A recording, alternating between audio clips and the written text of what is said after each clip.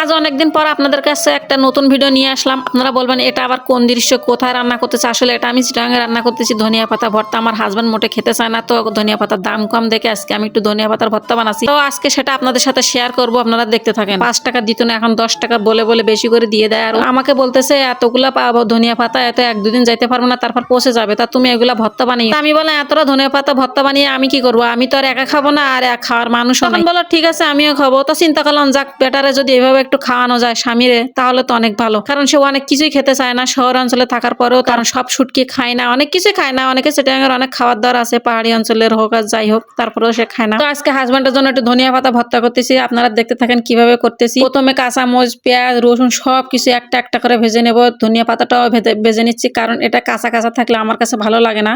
তো আমি সবগুলো একটা একটা করে যা যা দিব সবগুলো ভেজে নিব।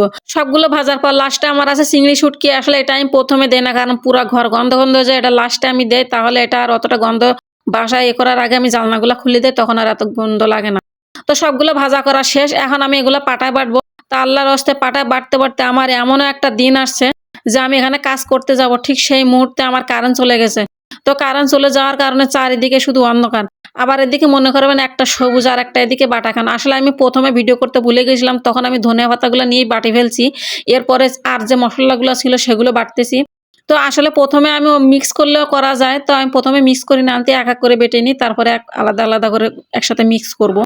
তো আমি প্রথমে পাতাগুলো ধনিয়া পাতাগুলো বাটার পরে আমি এখন মশলাগুলো বাটতেছি। তো উপরে একটু লবণ মিক্স করছি, কারণ এটা তো এমনি এখনই মিক্স করতে হবে, এরপরে আর মিক্স করা আর না করাতেই সমান।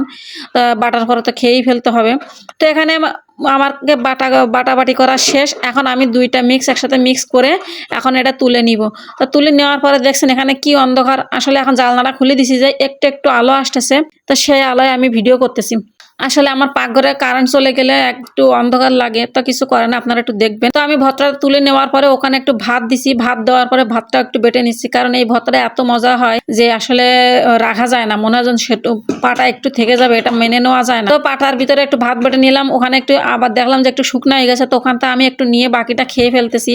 আসলে যে এই যে পাটায় বাটা ভাত মজা, এত মজা, আসলে এটা আমি আগে কখনো খাই নাই, আমি এটা চিটাগাঙে আসার পরে শিখছি। তো আমার সবগুলো বাটা গোটা শেষ, এখন আমরা দুপুরে ভাত খানা খাবো। হাজবেন্ড আবার আমার জন্য একটু বিরিয়ানি আনছিল, তো আমি এটা খেয়ে নিছি আগে, তারপরে একটু ভর্তা খাবো, কারণ ভর্তা না খাইলেই হবে না। তো ভিডিওটা এডিট করার সময় আমার গালে পানি এসে গেছিল। আসলে আমি কথা বলতে বলতে আমার কথা তো এমনি বেঁধে যায়, তার উপরে আবার গালে পানি এসেছে, কথা যে কিভাবে বলতেছি আপনাদের বলে বুঝাতে পারবো না। আর ভর্তাটাও অনেক মজা ছিল, আপনারাও পাটায় বেটে একদিন খেয়ে দেখবেন যে আসলে কেমন মজা লাগে। আমি তখনও খাইছি, আবার বিরিয়ানি খাইছি, তারপরেও আমি চিন্তা করলাম বেশি খাবো না, তারপরেও মনে করলাম যে না, ভর্তা দিয়ে না খাইলেও হবে না, দুপুরটা শেষই হবে না। তো আমি আবার নতুন করে ভর্তা নিয়ে আবার ভাত খেলাম, দুটো আর কিছু খাবো না। তো আজকের মতো ভিডিওটা এখানে রাখছি, আল্লাহ হাফেজ।